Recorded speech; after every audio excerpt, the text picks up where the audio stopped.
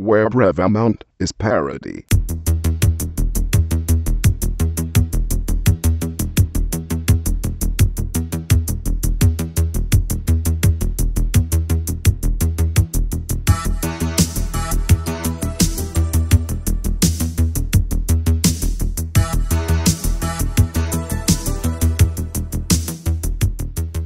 Hello, welcome to episode 32 of Chet and John's Reassuringly Finite Gaming Playlist. My name's John Denton and I'm back, and with me as always, Chet Roivas. What's happening? So if you've not listened to the podcast before, then there's 31 now, so sort that out straight away. 2 top 10 lists, games we've been playing the most this week. Number 10's the least, number 1's the most. Don't like waffling. Let's get going. Chet, number 10. Right, my number 10, I actually did what you did a couple of weeks ago and realised at the last second that I only had 9. So I have played my number 10, but not enough I didn't intend to speak about it, but I'll speak about it briefly anyway. It's called City Tuesday on the Xbox 360. Indie game? It's one of those 7 or 8, I think it was, indie games that are part of that indie game uprising thing to sort of highlight the greatest of Xbox Live indie games. Yeah. The menu screen, the main menu came up, and I decided in my head that I was definitely going to buy it. I meant to Google this actually. It's rendered in a specific, you know, the universal symbols that are on like toilet doors for male and female. Yeah. The people look like that. Right. It's a white world with some flashes of colour, but it's all sort of boxy and incredibly hard to describe. It looks like a very simplistic mock-up of what an architect was mocking up a. It's very simplistic, basically. Right. It follows It has a similar plot to that Jake Gyllenhaal movie Source Code. Oh yeah. Basically, there's a series of bombs left around all these environments. One's a museum, one's a train station, and you have 5 attempts at doing the same day. You play the same day 5 times, and you have to defuse all of the bombs. Some of them, like there's a bomb that's in a room of a museum that's got diamonds in it, so as soon as you defuse the bomb, the alarm goes off and you spend the rest of the day in the room, so you have to sort of work out in which order to do them. Gotcha. I played it for 7-8 minutes. I had to rush out afterwards, so I'm going to buy the full game at some point this week and play it again, but it looks really, really impressive. And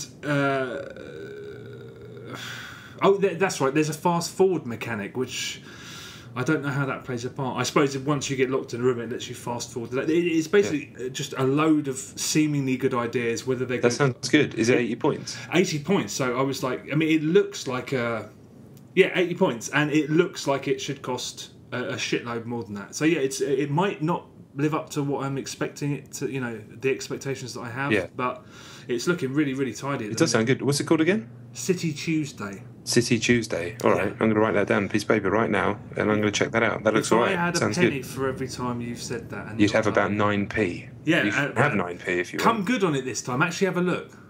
I will do. I've written it on a piece of paper. It kind of says city and then just a T and then a scribble, but I'll know what that means. Will you? Yeah. Or if not, 10p. So you win either way. Incidentally, download Quiet Please while you're there as well. That's on another piece of paper in a different book. Yeah, indeed. Number 10 for me is Fable the Journey. Fable I don't know. Fable the Journey. I don't know. It's a bit egregious of me to even have this in the list because I played it for about 4 seconds at Eurogamer Expo, but I watched it being played for a bit longer than that. When I played it, I sat down and the Kinect wasn't working properly. I don't know if that was the game's fault or what was going on, but I was just like, I just don't want to play this shit. Then I watched someone else playing it, and that kind of reinforced my opinions when I sat there. But I mean, I must emphasise the fact that I didn't see it being played for more than 2 or 3 minutes. So I'm not passing judgment. That was just my initial gut reaction to it. Is it later on your list? I got a feeling it's number 2. It's number 2. So I'll speak about it in a bit. I'm picturing some poor booth babe who you upset when you sat down. It started. You went, I can't be bothered, and you got up. No. It was a young fella, and I managed to get in and out before he noticed that he was talking to someone else. Okay. But otherwise I'd have been stuck there for 20 minutes trying to pretend that I liked it. Okay, well, that guy probably cried himself to sleep that night. I hope you're happy. Probably did. Saw his assignment, to be fair. Okay, my number 9 is Lunar Racer on the iPhone. It's in the free app a day this week. It's been there all week, so I think it might be permanently free. You're a little race car racing around a planet. The moon, maybe? Possibly. I don't know. I don't think it's the same environment. Yeah, but I don't think it's the same every time. I mean, you're not racing moons. Different Phobos. Moons. Yeah. You're racing around. It's reasonably neat. It's you hold the left to use gravity to pull you down to the surface, and holding the right screen sort of gives you a bit of a speed boost. And you also have to tilt it to sort of direct where your vehicle goes. You have to do backflips for challenges and stuff. Collect coins that are high up, and then dodge things that are high up. So you have to pull back down with the gravity. It's all right. It's not bad at all. Freebie. Yeah, I think it's permanently free, but it might not be. But if you like the look of it, I think it's... You won't know. I don't even know if there's a free trial. I should really do more research. It's okay for what it is, and although it's got the buy more currency structure, it doesn't seem to be pretty aggressive. I played it for a little while. It's nice, actually, yeah. It's quite nice. Lunar Racer. All right, Lunar Racer. Yeah. That sounds all right. It is all right. My number 9 is not free. It's FIFA 13. Yeah, I mean, I've talked ad nauseum about the football games, so I don't want to bang on about it too much. And the other one is later on my list. But yeah, I just have to be careful. You know, when you kind of pick teams, I don't mean picking a football team. I mean, like, there's two camps in some sort of situation. Yeah. And you pick, you know, I'm on Team Pro Evo instead of Team FIFA. So instantly my brain starts, it's like, fuck FIFA, this is shit. But in actual fact, of course it's not. It's still very, very, very good. I've just chosen the things that I like about Pro Evo more than the things I like about FIFA this year. And I'll talk about them later. But it's good to remind myself as much as anything else, not to, just because I like one doesn't mean the other's doing anything particularly wrong. Yeah, I haven't given up on FIFA yet. I think there's a danger that I'm going to end up keeping hold of both football games. I've got it's at number 7 on my list, but yeah, I've not given up on it yet. I do think it's too fast, but the package, I'm loving some of those extra modes. They're outstanding. But playing online, I do feel that there's, you know, like when we played Pro Evo, we'll speak about it later. Forget I ever mentioned it. That through ball I did, the lob through ball that landed at my player's feet in the box, one of the greatest things of all time. I did that. That was the well-judged decision that I made. FIFA, too often, I'm just like, you didn't work for that goal. You didn't earn it. I still think it's essentially a masterpiece, but yeah, I'm on the same team as you. Okay, right, my number 8 is Virtua Fighter 5. No way. Yeah. All right. I'm intrigued now. Why is that no way?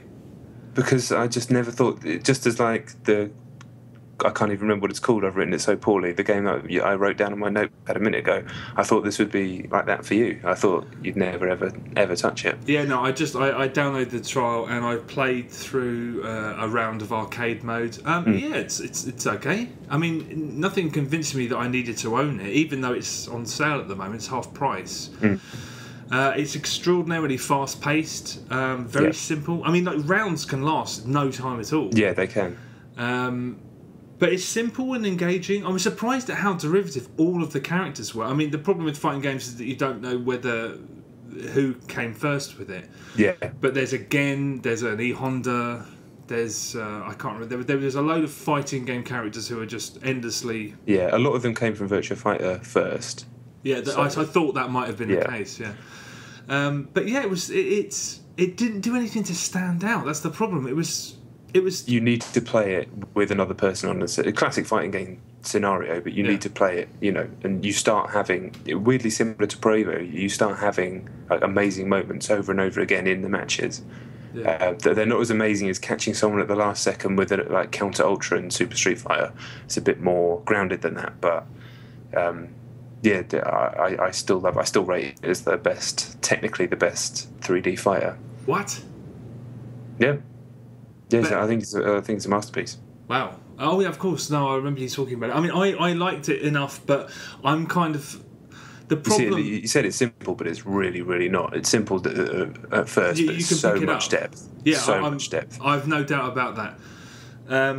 I might have been inclined to go deeper into it, but the problem with going into pre-Christmas is that I'm just looking for games that I can fucking stick on the done pile.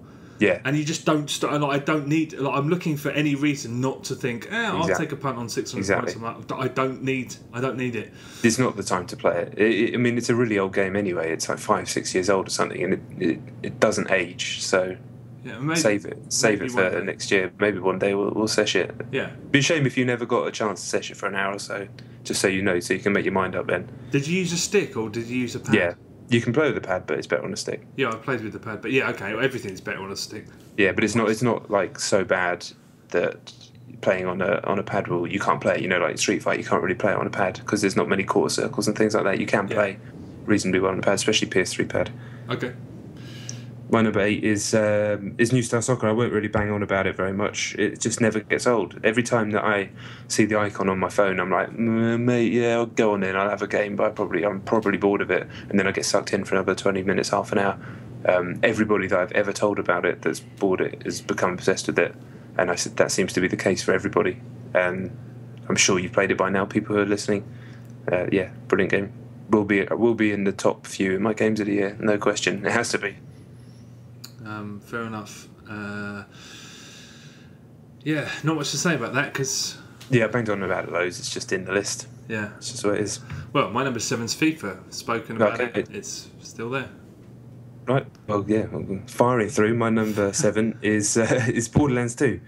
Again, no time. This is a time of year where it's stupid, actually. This particular 2-week period is particularly stupid. Especially as we had, I was rude enough to go on holiday, which obviously doesn't leave you with a lot of time to play video games. But I want to play Borderlands 2 a lot. I really like what I've played. I want to play it in co-op, which you said I didn't want to do last week, which was very rude of you and David. No, I didn't. I said that you weren't playing it in co-op, and you said that you were having just as much fun. That's right. No, I said I reckon it would be more fun in co-op. So it was libelous. Okay. But yeah, co-op's sometimes hard to organise with people. But it's frustrating because it's one of those games that I really want to play, but I know how big it is, and more stuff has come since then, and then more stuff's coming in this week, and then more stuff will be next week, and I'm like, at the moment, that's the one that seems to be slipping to the bottom of the pile. Yeah. As more and more stuff comes in, that's probably slightly more my cup of tea. Borderlands, loot, that kind of thing isn't really something that massively appeals to me in the same way that it does to other people. That's not to say that I don't like the game a lot, because I really, really do, but there are other aesthetics in games that are coming out and that I've got hold of already, which are more me, and there's Pro Evo as well, which I'll talk about later. Are you even going to bother finishing it? Well, I've barely even started it, to be honest. But it's gonna be there. But I worry that it's going to sit next to Skyrim in the games that I'll never get rid of, because one day I will go back to them, which I will do with Skyrim. But I do worry about it. I worry about it with the games that are coming out this week as well. It's going to drop down to like 5th in my priority list of box games, and then there's a bunch of like downloadable games that are coming out soon that look really cool as well. So yeah, it's tough. It's tough in Borderlands. Yeah, I mean I'm playing it with a couple of friends who are skin, and they don't have money to invest in more than one game, so they want to finish it. And to be honest, I want to finish it. Our attitude now is we've got to get it done, and then they'll trade it in for something else. Yeah. The only annoying thing is that I accidentally activated a side mission when we were playing it the other day, and we ended up having this awesome. The side mission. There was a great article in Eurogamer already this week about how the side missions often are as good as the main game, and that's so true of Borderlands. You find these incredible missions almost by accident in our case. So it's a shame. I mean, as I said last week, there's a couple of my friends who are absolutely obsessed with it. I dread to think how many hours they've spent. And every time I know the people that you're talking about, and every time they're on there, they seem neck deep in a completely different game of Borderlands with different characters at different levels, playing with different friends. Yeah. I mean, they're obsessed with it, and I can understand that obsession. And part of me wants to sort of get that deep into it, but I don't have the time, and B, there's far too much other stuff coming out. I'm loving it. I mean, we still do. I mean, it's further on my list, but might as well speak about it now. I'm still thinking some people are going to think it's the best game of the year, and I totally understand that, because it is astounding. yeah, it's just really, really difficult. I just wish I had more time to play it. And I do. It's one of those annoying things that we've made an agreement that we're going to try and race through it, despite the fact that I feel kind of gutted about that. But then I've got no choice. You kind of want to. That's the thing with me. I don't want to stick it on, bash through the story mode, and miss out on the experience of the game, because just like a Skyrim, you talk about the side missions being the game, and that's where the best content lies. I mean, even more so in Skyrim, it's all about stumbling across side missions within side missions within side missions. In that game, you've got on quests, I guess, but. And that's where you go on these stories that feel completely unique to you. You feel like nobody else is having this experience, even though they probably are. And that's what I want to get stuck into in Borderlands as well, whether it be on my own or with other people. But yeah, I don't want to do the bad thing and just race through it. So I need to give it the time it deserves, but that time literally doesn't exist at the moment. Yeah, I will finish it, but and again, it's so strange how I get so much pleasure, and we collectively do when we play it, from the nerdiest things. And again, I was in a situation the other night where me and my friends were swapping weapons, deciding who can do what when, making sure we've all got the right element, whatever you call the different attributes of weapons for the right situation. I mean, honestly, the nerdiest shit that I never thought I'd ever be compelled by, but it's great. They've shoehorned it into a shooter, and it works like a dream. I love it, but I just fucking wish it came out. I wish all games came out when no other games were around. That's it. I could just do with less games, but then you don't want to pick and choose, because all the ones that you like, you know what I'm saying? Yeah. It's just one of those really stupid first world situations that there's not a lot you can do about it. Yes. Yeah, so that was my number 7. Oh, right, okay, of course it was. Okay, my number 6 is Medal of Honor Warfighter. The beta. I've been playing the beta for quite a bit. Beta? I don't know. I say beta. What did I just say? You said beta, but sometimes you say beta. I normally say beta. Damn. Yeah. Another first world problem. Beta. Online beta. Yeah, I don't know. Yeah, I'm quietly impressed with it. It's like the first Medal of Honor. You didn't really play much of Dice's? I played a fair bit until it just became spawn sniping after a few days, and then I just stopped. But I really liked the first few days of it. Yeah, what was funny about that is that everyone was expecting a Call of Duty ripoff, and that was what it was. But it was built around, I think, the fact that sniper rifles fired like machine guns. If you were camped as a sniper, you could just fire off instant kill shots like a nutcase. But the maps were built to accommodate that. So once I got to grips with it, I had an absolute fucking ball on that game. Just moving carefully between cover and then running up and flanking all these shithead snipers that used to sit on the top of the level every time you played it. So it looked like it was going to be generic to the Para 10. And it did have a bit of its own personality. It's one of those games that I played and I was gutted that friends of mine didn't get involved in. Yeah. This is kind of the same, because it's all based around this fire team sort of dynamic. Have you heard about it? So is it sort of little teams of 2, is it? It is. So each team is split into fire teams of 2. Right.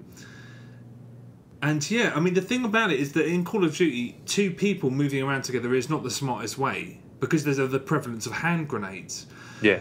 And what they've done here to sort of accommodate that is that hand grenades have a very, very small blast radius, but that almost as soon as they hit the deck, they explode.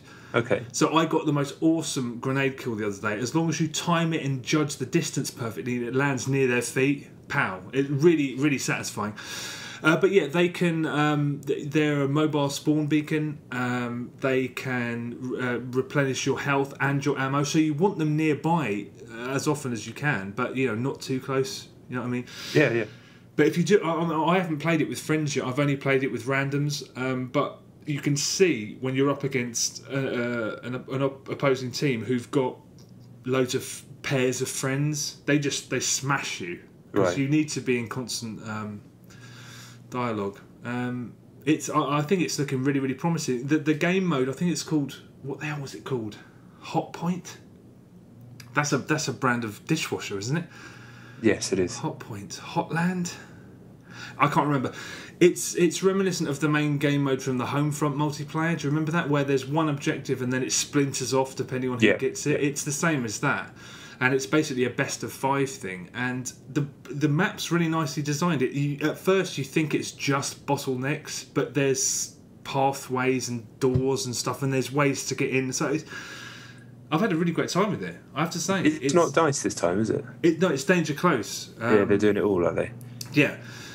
So I wasn't expecting a great deal, but whilst it still feels like essentially a COD rip-off, it plays like something a lot more substantial than that. I think if you're used to playing games as 2 people, if you play shooters with a mate, this could be your shooter of choice. It's interesting, really interesting. I think it could be actually really good, but then again, it's so difficult. I don't think it's not amazing enough to completely render COD, Battlefield, everything else irrelevant. Yeah. So in the end, itself is irrelevant in a way. Yeah, it's a tough sell, isn't it? I'm sure the game will do well. The last one did very well, but I have a feeling that I'm going to fall in love with this and no one else is going to have it. Same thing. Yeah. I might download that. I'll download the beta because I'd like to play it with. I'm very, very bored of online shooters as a whole, but I'm always interested to see ones with new ideas, I guess. Yeah. Especially, I might try it for free. The cool thing is that, if you're in a gunfight, I can run up behind you and heal you and replenish your ammunition as well. The other annoying thing about playing it without friends is that I've played it with randoms and a lot of them don't even realise that that's part of the game, so they just run off and die, and it's like, what's the point? The other cool thing is that you can earn points, and if, say, you died, I run over and I kill the guy that killed you, you respawn faster and immediately on me. There's quite a lot of benefit to avenging your teammate getting killed. But yeah, not a good looking game. Visually, it looks slightly like an upscale PS2 game, but it's functional. The beta, no problems and whatnot. But yeah, promising. Yeah, for sure. Interesting. All right. My number 6 is Rock Band Blitz, the world's most frustrating video game. Frustrating? Because somehow you have become basically the best player in the world. Yeah, I wish. If not, well, I mean, you're like in the top 20 players in the world, probably, seemingly. You keep getting number 1 in the world on leaderboards. I'm not, that's pretty legit. So, I'm screwed basically. I can't enjoy it because the only people that I'm competing with are you and your other half, and you're both better than me, as I said before, and so it's just misery. I do really well and I'm really happy with myself, and I get 5 gold stars, and then good, they've both got 100,000 more than me. Yeah. Wonderful. So I just feel worthless as I'm succeeding. It's terrible, Rock Band Blitz. It is actually terrible. It's my number 1, so I'll speak about it a bit more later on. It's it's not terrible. It's absolutely wondrous, but I can't turn my Xbox on without jumping into it. I physically can't. But I'm amazed that some people haven't got into it. Who David last week talked about he was a fan of frequency and amplitude, but didn't get into it. I understand the thing because he said he preferred the 3 inputs on those games, but this is just it's built in a different way. And I think if you had 3 inputs, you wouldn't be able to switch channels quickly enough, or whatever you call them, tracks. And you can't. I couldn't fault the design of it. But the other thing is that it is not the greatest game as soon as you start out playing it, because it doesn't explain itself well. No, it doesn't. And we said that. At first I was like, I should be absolutely, because I counted the days until that thing came out, and when I finally started playing it for the first time I was like, why am I not in love with this? You have to find your feet. I don't think it's sold really well. I mean, I know I'm number 1 in the world on I think 6 songs now, but they're all DLC, so 10 people could own that DLC. You never know. Yeah, but it's more than that, because I'm always about 120th in the world, so at least that many people own it. Yeah, it's still not great, is it? I want to try and get number 1 in the world on one of the songs actually on the game. Yeah. That would be a real achievement. I'll give that a whack. You should do that. I'll continue to do that every day until I do it, hopefully. It's good to have ambitions. Yeah, it kind of is and it kind of isn't, because like I said, it's not even, it's a crack-like addiction. Me and my girlfriend got up the other day and it just ate the entirety of the day. I'll have one more. It's like children. Oh, Yeah. I'm just gonna have one more. Oh, you had two. No, I'll have to. It's, honestly, we sat there all day playing. I mean, it was so much fun. And I'm not one of these people who gets guilty about playing a game for ages. It was so much fun, so it was worthwhile as far as I'm concerned. But a whole Saturday. I mean, it was a whole Saturday. We had plans. We were supposed to do a million things. We didn't do anything. We just sat on the fucking couch and played that stupid game that's amazing. But I'll talk about it a bit more in a moment. A whole day. Well, not literally a whole day. I mean, but even just the thought of having that much time. Amazing. Yeah. Amazing. So that was my number 6, wasn't it? Yeah, my number 5 is Pro Evo. So yours is later, isn't it? Yeah. We're doing the old switcheroo on the podcast this week. So yeah, I'll talk about that later. Okay. Makes sense. My number 5 is Need for Speed Most Wanted. Yikes. Which I played at the Eurogamer Exposition. Is it Exposition? No. Is it? Exponent? Export? I don't know. I think it's just Expo. Expose. Need for Speed Most Wanted is amazing. Yeah. Criterion. The line that goes around in my head is Criterion do not fuck about, and that's just the case here. It is a combination of Burnout Paradise and Need for Speed Hot Pursuit, with the sort of semi-realism of Hot Pursuit mixed with the open world and freedom of Burnout Paradise. You know, with all the billboards, all that cool stuff. The sense of speed is phenomenal. The races are just, they make other games look like a joke, to be honest. You're like, oh, this is just a team on a completely different level. You know, there are other racing games which are really, really good, but this is just it's just a different level. And everything about it's amazing. I can't wait.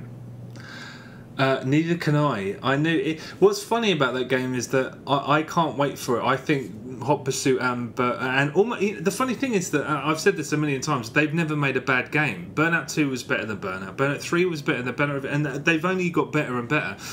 Depending on your taste, you might have thought that Burnout Paradise is still their masterpiece, but I like the fact that they went back to a kind of more structured sort of game that they did with Hot Pursuit.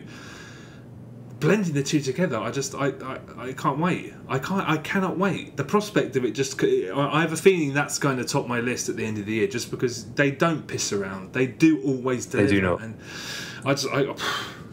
it's more structured than Paradise as well. You can restart races, and it's basically races are tied to cars now. So you can find cars out in the world and jump into them. They're like parked in secret places, and then each car has its own events. So you'll find a Mercedes or something, and you'll do the specific races for that. And as you do it, you'll learn new mods for the car, which you can change on the fly. Even while you're driving, you can change the tyres or change the type of nitrous that you've got. And it's just it's a system that's never been done in anything else, and it works brilliantly. And I think some people, when they first get into the game, they're going to get a bit confused about how it all works, and it's not structured like anything else, even Paradise. So once you get your head around it, just there's so many different ways of playing it, and the autolog stuff's brilliant. It's much better than it was in Hot Pursuit. I gave it a good old session at the expo, and you won't be disappointed. Was it single player or multiplayer? I just played single player. Was there multiplayer available there? No. Well, there might have been. I don't know. I was just playing single player, but there is multiplayer. Are they still going to do that? The sort of 8-person missions that they did in Paradise? I'm pretty sure they're in there. Yeah. Yeah, those were great. Frustrating because people would always drop out, but absolutely great. I can't wait. I absolutely cannot wait, and it's less than a month away now. So right at the beginning of November. Yeah, a few weeks. Yeah, we'll be talking about it soon. Good. Yes. Good shit. If we have the time, obviously. I'll make time for that. Oh, so will I. My number 4 is Borderlands 2. We've already spoken about it. It's great. It's just great. Yeah, I hope I find the time. It's one of those games where I'm in a situation where I just have to force myself to put it in the machine when I've got a bit of gaming time, and then I'll get back into it. But the longer I go without doing that, the less likely I am to get back into it in this period. Yeah, it's one of those games that makes me ever so slightly wish I didn't write about games for a living, and I didn't always have to be playing stuff, because the stories that my friends come back with about that they've had, I'm just like, wow, that sounds so great, and I don't have the time to be a part of that. But I'll finish it and continue playing, and it is great. If you've got any inkling to get it, just get it. I love games where you can, like you say, where you come back with battle stories. Yeah. Whether even if it doesn't need to be a battle game or a war game or a combat game, but I'll talk about this with Pro Evo later on. Yeah. Sometimes just when systems come together and it's nothing to do with the way the designers have done it or writers or anything like that. It's just like it's just something that's unique to games. They talk about it on the Idle Thumbs podcast all the time. It's like almost the basis that all of their conversation is just how you have these meta stories created by video game systems and the way you interact with them, and that's one of the things I love most about games. Yeah. No, it's a cracker that as well for that. Yeah. I mean, that's probably why I need to play it on co-op as well, so I can enjoy some of those stories a bit more. Yeah, for sure. My number 4, is it me? Yeah. Yeah. Is LittleBigPlanet PS Vita. Oh, go on. I've been dying for something to play on the Vita, just to have something to play on it, as I've said before. And put this in, my God, that machine is so powerful. Some people talk about how it needs more iOS-style games on it, but I just think I don't want to play iOS-style games on it. I've got an iPhone and an iPad. I want console-style games for this thing. Whether they sell or not, or it's good for Sony, that's not really my concern. That's what I want on this console. And honestly, mate, it's pretty much indiscernible from the PS3 version. It looks amazing. All that texture and, like tangibility of LittleBigPlanet's in there. The creation stuff's brilliant on the touch screen. Like, you can just, same as an iPhone, pinch things to move. To change the size and rotate them and all that sort of stuff. There's stuff actually in the game where you use the touchscreen to move objects about, and they have physics that works really well. It's as charming as ever. LittleBigPlanet is still not the greatest platformer in the world, but it's more a game you kind of play through and just enjoy the craft and the kind of ingenuity of the designers. And then there's and the ingenuity of the community as well. It's not. It's not Mario or anything like that, but I can't help but be charmed by it, even though I don't have the time or inclination to really make anything myself. Although I still have my cardboard David Brent on LittleBigPlanet 1, which I never finished. But one day. LittleBigPlanet's a really funny one. I always feel when I'm playing... they're marvellous games, and the amount of work that goes into them is unbelievable. And when you do mess around a bit on the... with the community and see what they've created, it's incredible. I always just felt whenever I've played one of those games that I was playing an advert for it, and there's a kind of distance that I keep from it just because it's not very much fun as a platform game. Yeah. Even when I'm playing those amazing levels, I mean, one of our mutual friends created one of the best levels ever. Yeah. If you ever played, sorry to hijack you there, if you ever played an amazing Aliens level that has its own dropship section. Yeah. Unbelievably good. Like, it broke my mind when I saw it, because I've known the guy for years and I didn't know he had it in him. Not that he wouldn't, but you don't know any of your mates have that sort of capability to make something like that. Yeah. Ridiculous. And then it got taken down for copyright issues, which is just, it was that's terrible. But even when I was playing those great levels, I was like, I'm not really enjoying this as a game. I'm like, when am I going to start enjoying this as an actual game? It felt like, as I said, like an advertisement. It's like, here's what we've got to offer. I'm like, I love everything about it apart from the actual game. I know exactly what you mean, and I'm getting that already with this one. But I've accepted in my mind that I enjoy LittleBigPlanet more for what it represents. Is that the way? Is that what I want to say? I know. Yeah, I know. I'm the same as that. I love the fact that it exists, and I love the fact that people love it. I just wish that I loved it more than I do. Yeah, it's not even a thing where I admire it but don't enjoy it, like you have with some things.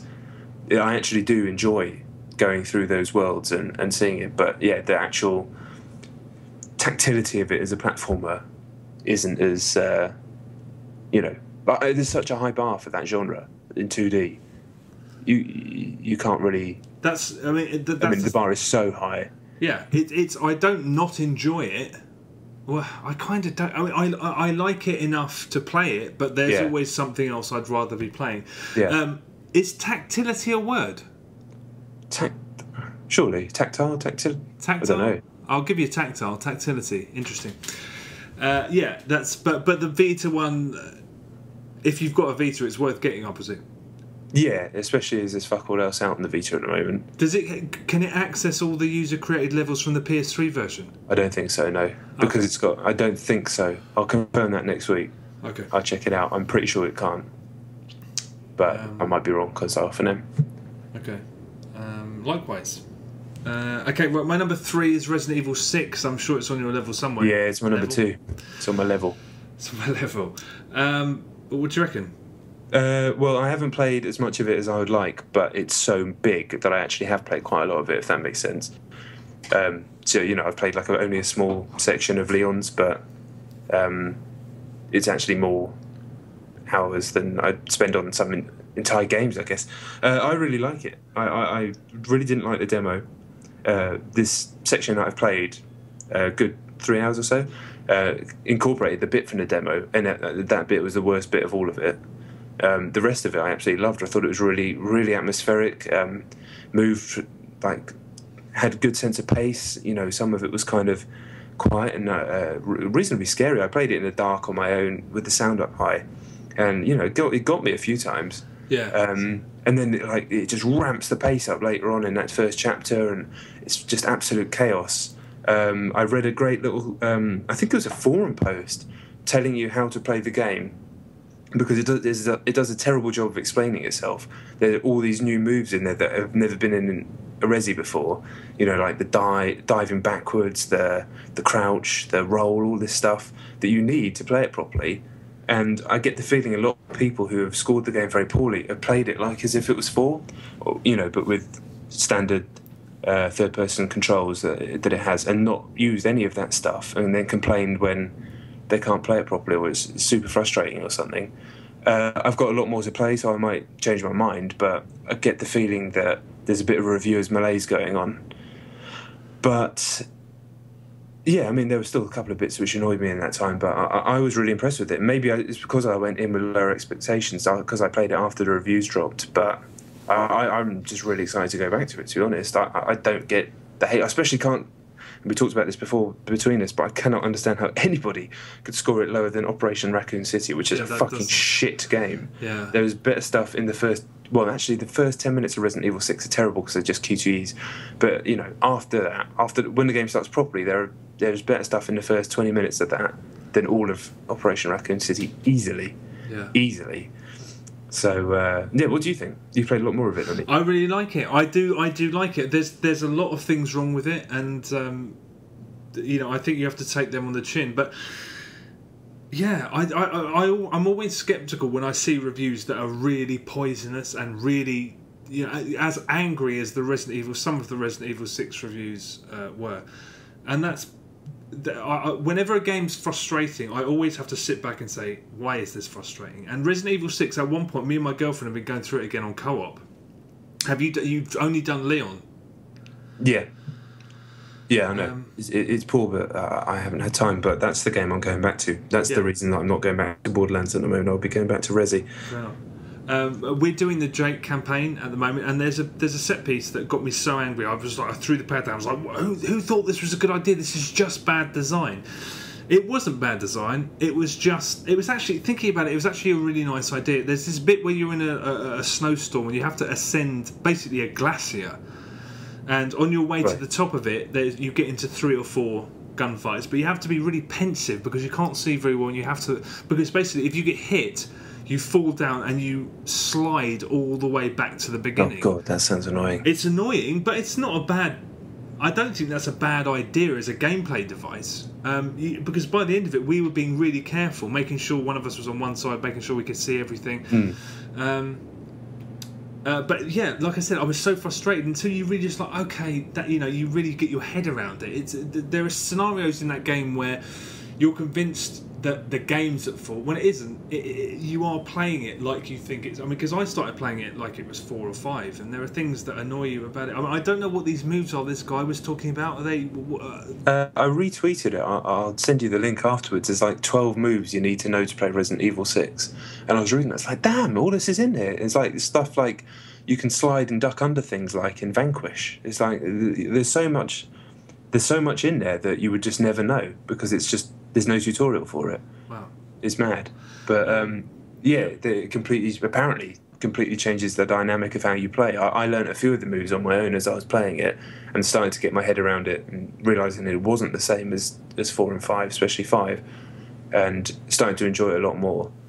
But even stuff like the first time you encounter dogs, they are the most annoying enemies in the world because they keep knocking you over, and it's just it drives you insane. But then I realised all I've got to do is wait for them to jump, hit the right trigger, I think it is, which is the parry move, and then you just smash them up straight away. So it's like, no, this is how you take on this enemy. You can't just do what you want. You know, we've designed this in this way, and this is the way you've got to do it. You can't just shoot at them and then when they knock you down, go, oh, the game's wrong, because there is the option there to do it properly. So I do get the feeling that I haven't played enough, so I mustn't be too judgmental on people's reviews, and I'm talking about the super negative ones here. But I just get the feeling that people, if A, had to rush it for review, and it's a massive, massive game, B, are trying to play it exactly as they want and aren't taking the time to learn the new systems, and 3, are reviewing it to their own sense of expectation and not what it is, because you can't score that game lower than Operation Raccoon City. You just can't. You cannot.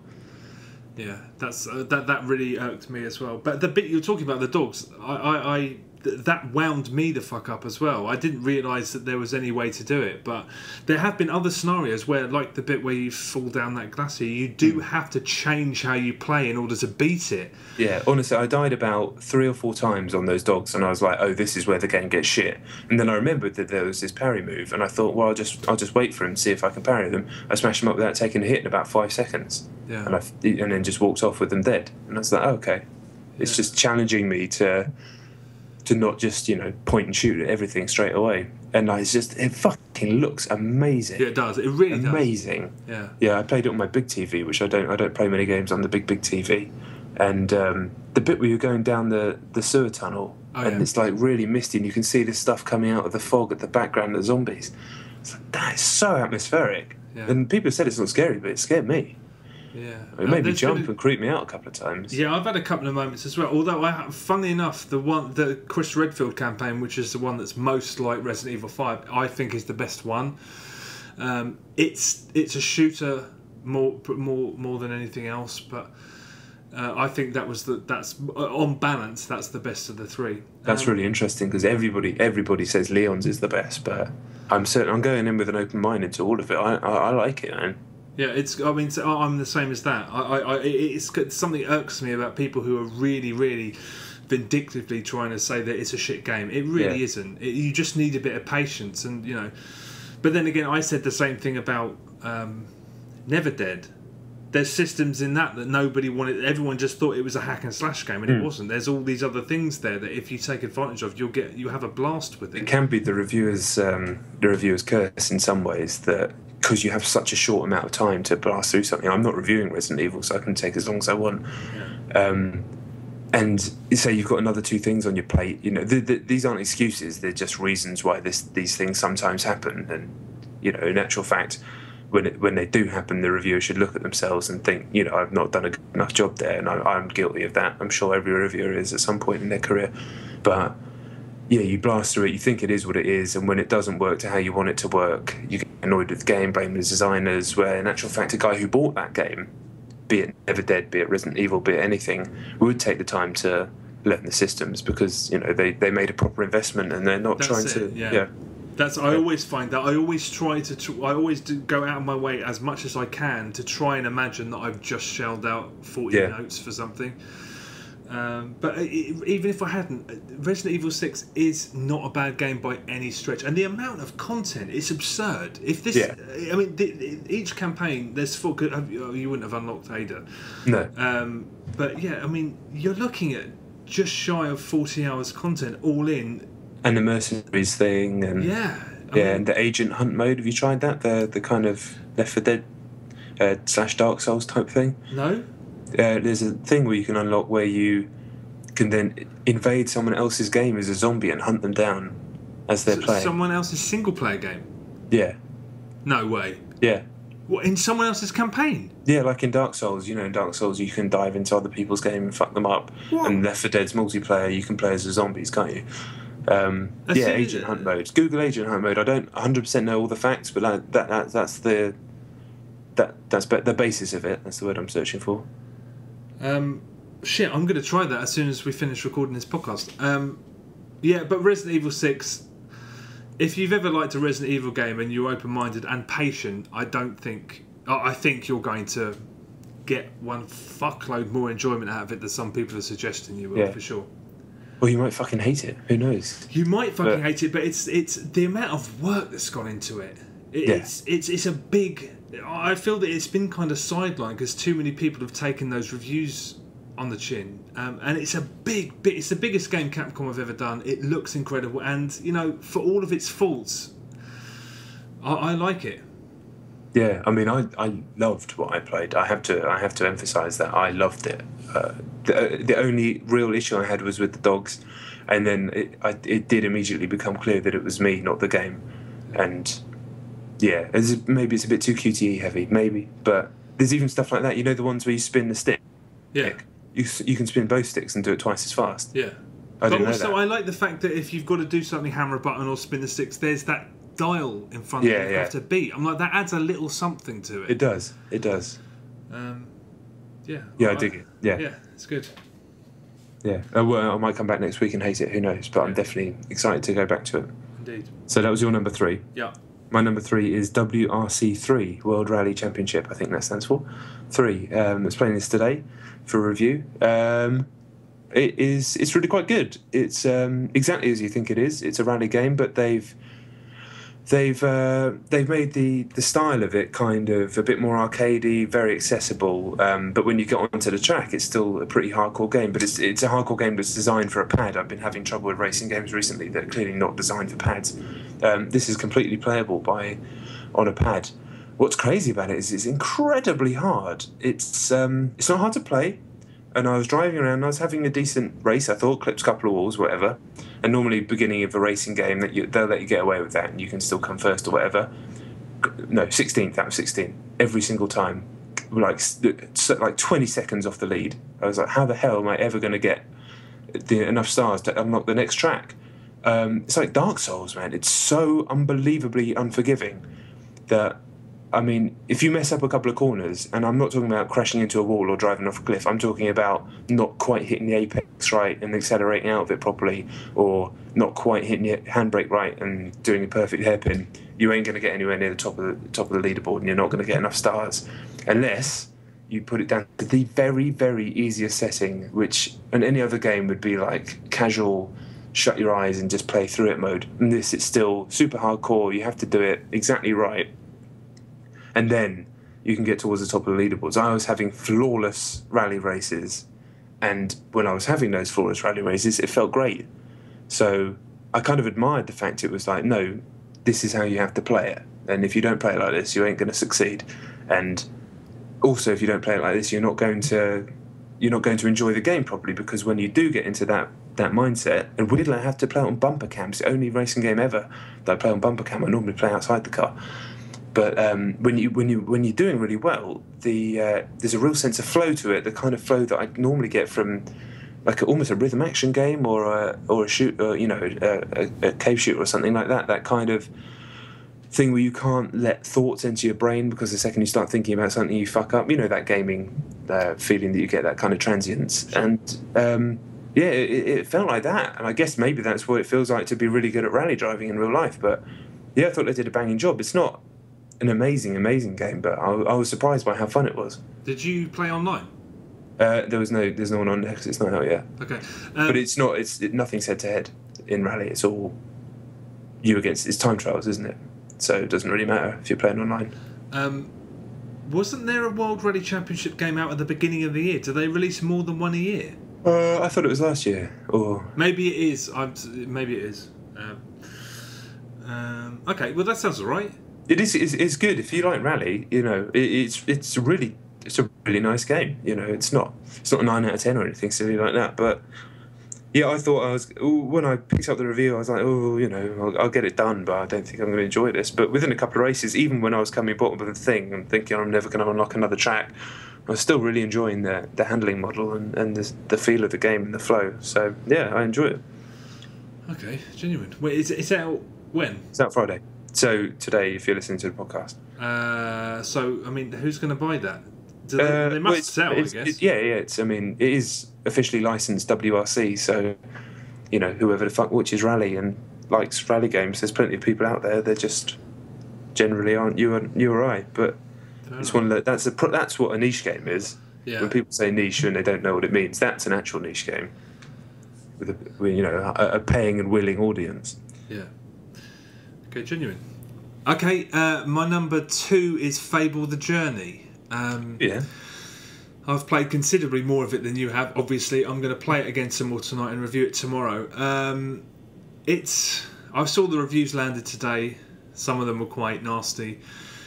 Again, I don't think it's as bad as those people say. Connect is a problem, but as was the case with Connect Adventures and Star Wars Connect, they embrace Fable: The Journey is good because they realise the limitations of Connect.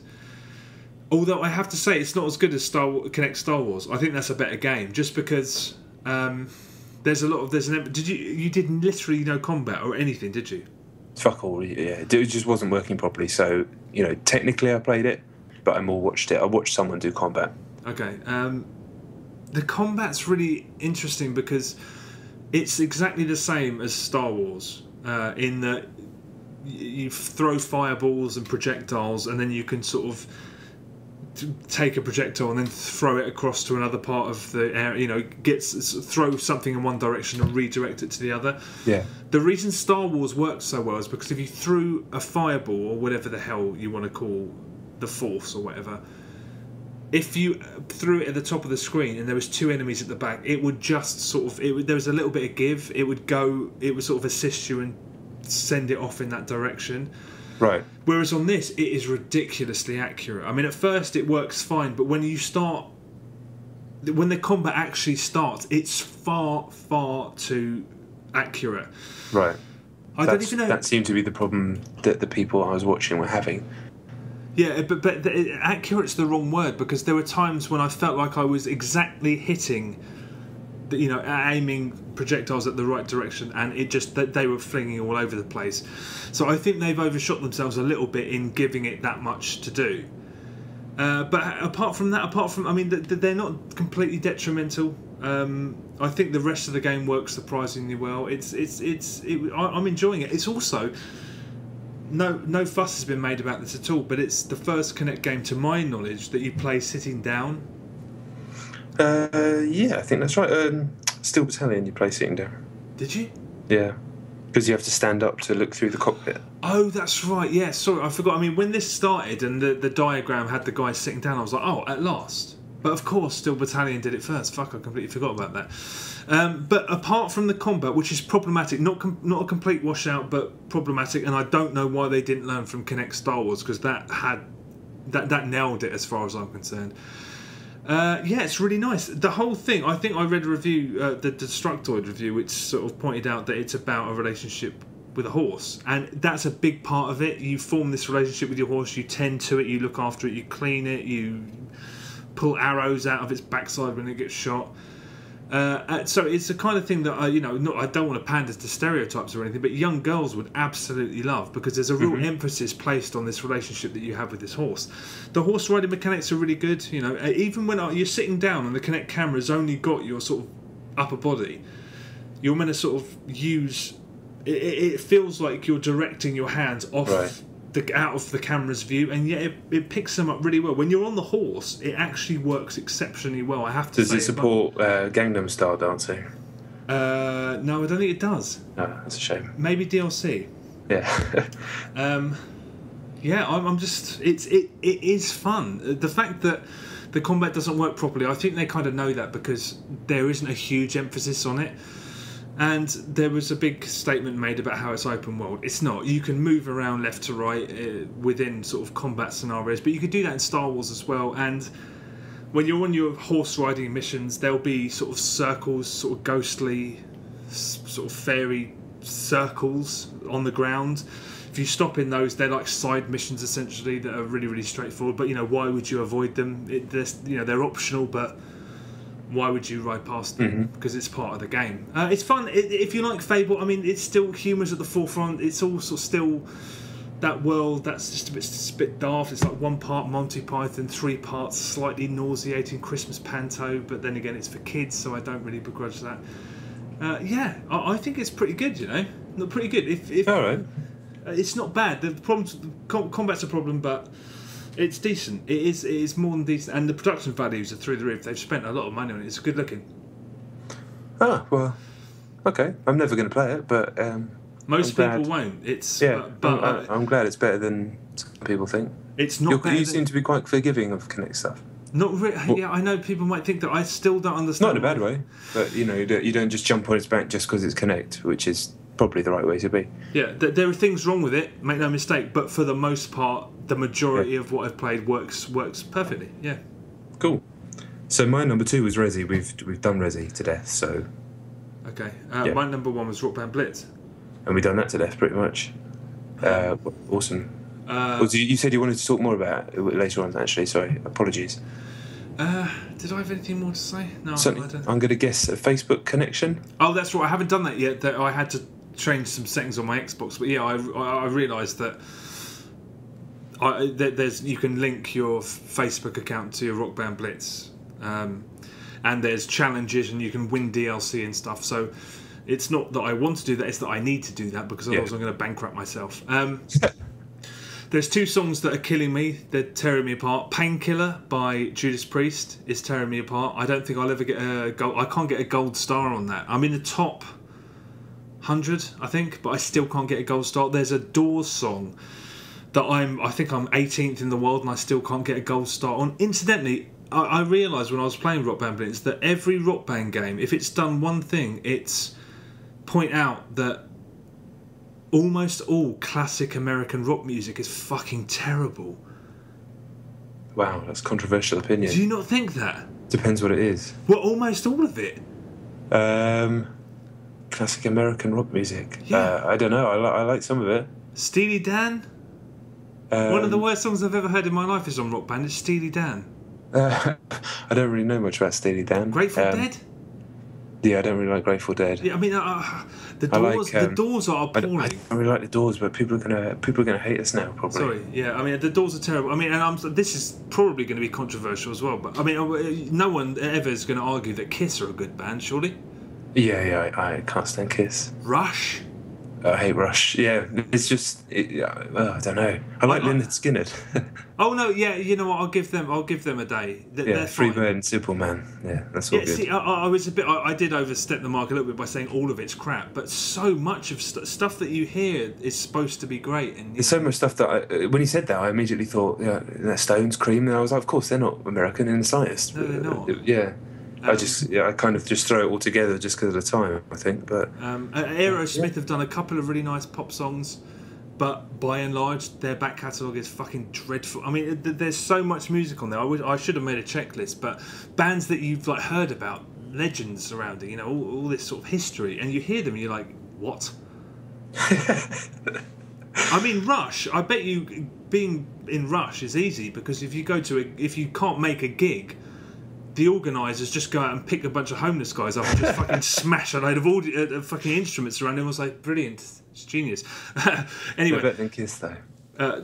That's a very good. I should say Kiss, yeah, because Kiss isn't even music. It's like, well, it's music. Anyway, listen. If you think my girlfriend started being Larry, right. So she got a higher score on me in the song, and she was like, oh, don't worry, it's probably because you only played it once and you haven't gone back to it. And I was like, okay, fair enough. And now she's getting to the point where, oh yeah, so the gloves are going to come off soon, but she's being doubly Larry about you because I don't think you've got a higher score than her on anything at this point. Well, that's just bullying, really. Yeah. I've given her nothing back, so yeah, that's just it's actually quite unpleasant. You should have a word with her. She ain't that good, so beat her. But Rock Band Blitz, just I don't have an entire Saturday to dedicate it to her, so that was an accident. A likely story. My number 1 is Pro Evo. That's the game I played the most this week, and will be the game I played the most a lot of weeks, I'd imagine. I had an actual bit of spare time at one point this week, which is amazing, and I spent most of it playing Pro Evo online, and had match after match after match of brilliance. Some I lost, some I won, some I drew. It didn't matter. Was rarely frustrated, apart from that classic Pro Evo football frustration, which is fine. Scored some wonderful goals, played some wonderful passing movements, had some like true jumping out of your seat, punch in the air like an idiot in your house moments. It's the dream for me because I always wanted that experience I used to have when I was a teenager and a young student playing Pro Evo and ISS, but I wanted to have that online. And as much as I played some of the early online Pro Evos, it just wasn't that, and now finally it is. I listened to the podcast last week where David very, very eloquently broke down FIFA and Pro Evo, and I thought it was an excellent discussion, but I do disagree with him to a point, because he talked about the randomness of Pro Evo and the kind of the formula of FIFA, and I agree with him to a point, because randomness is a huge part of Pro Evo, but that game to me has always been about conquering the randomness, which is what ultimately football is all about, because, you know, one guy turns right instead of left in a match of football, and a football match, and the entire game changes. Why it annoys me when people go, oh, he should have had 2 goals already, and it's like, well, no, because if he'd scored the first goal, the first chance that he'd had, the second one would have never existed. So you can't, you know, it's that just chaos theory microcosm that I talk about sometimes when I talk about football, and Pro Evo's always managed to capture that brilliantly, and FIFA's trying, but it hasn't got there yet. And now Pro Evo is just back to what it was, but with all these added elements and layers to it, plus the options file that I put on there now, which gave me all the teams and the kits, which I didn't even know was possible on 360 until Dave mentioned it last week on the podcast. I just love it. I'm so happy that it's back. Yeah, I mean, I love it too. I just, yeah, game after game of amazing matches. Yeah. I mean, this goal I scored with Lampard, honestly, I played with Chelsea. The ball came out and I just volleyed it first time, went right in the middle of the goal. Oh, honestly, I saved it. It was a joke how good it was. The goal you scored with who? With Lampard. Frank Lampard, yeah. Lampard. But yeah, I mentioned it before, that through ball that I did the other day. Was that when I was there? Yeah, I played against you online like 2 days ago. Oh, yeah. Just the most... But everything about it, judging the distance, the trajectory, everything, I felt like I did it. If you pull something off like that in FIFA, you don't always feel that. That's why it's so satisfying, because you feel like you're actually contributing to what's happening. Weirdly, I almost liken it to Halo, and I think it's the same spirit that I love about Halo, is that Halo, you have these moments of inspiration and almost heroism when you're playing Halo, where you'll just quickly map out exactly how to take out a few enemies using a ludicrous set of moves like jump, spinning grenade, melee here, shoot that guy. You know, we've all done it in Halo. It's what it does amazingly. And you have that when you score the great goals in Pro Evo as well. Just suddenly everything clicks and you do something absolutely outrageous. Remember that chip that I scored at your house online, where you played the little through ball and I think it was a back heel, and then drew the keeper and just lobbed it over him? It was a joke. Yeah. And I probably couldn't do it again if I tried, but it just happened. And at that moment I felt more in control of any game than I've ever felt. And that's what that game's always done. When you can harness it, when you can harness the chaos, that nothing can touch it, as far as I'm concerned. And I am a huge football fan as well, so it does help. But well, I'm not, and I think it's... The other day I said to you, it's a joke how much better this is than FIFA. It's just... But again, as I said last week, it's about what you want a football game for. If you want to play a football game all year, FIFA. If you intermittently get one out, then Pro Evo's your man. And I do think it's just tremendous. The only thing is... Pro Evo getting back to past glory, it's now just a waiting game for them to fucking ruin it all again. Yeah, I know. Tragedy, isn't it? With the new engine next year, that's just going to go one or two ways. I'm just hoping it's the right way. Well, I'll hold on to this one for the foreseeable future. Yeah, like I did in the day with the PS2 ones, because they kept making them for PS2, and while the Xbox ones were fucking up, the PS2 ones were still amazing. Yeah. And that might continue here, because there's a good chance the next one might be on some magical new console that doesn't exist yet. Indeed. But Pro Evo. It's a cracker. It is. Okay, thank you very much for listening. There wasn't a lot of new stuff this week, but next week I think it's going to be a bit more chocker. I hope so, anyway. But yeah, big one next week. Yeah, Dishonored, XCOM, probably Hotline Miami, Retro City Rampage, ton of stuff next week. Yeah, hopefully. Okay, yeah. Thanks very much for listening. The usual shit. Facebook, Twitter, the website. Oh, many thanks to what's his name? Angry Cadaver. Is that right? Oh yes, yeah. Who wrote a really, really great article on the Metro, which if you check on our Facebook page, there's a link to it, but it's about the best UK independent podcasts, and we were on there, which was really nice. Yeah, that was amazing. Thank you very much. Indeed. Yeah, okay, well, thanks very much for listening. Do all that other stuff. Go on Facebook and Twitter and do something with it. Playlist.com. Yeah, do that stuff. Thank you. Goodbye. Bye-bye.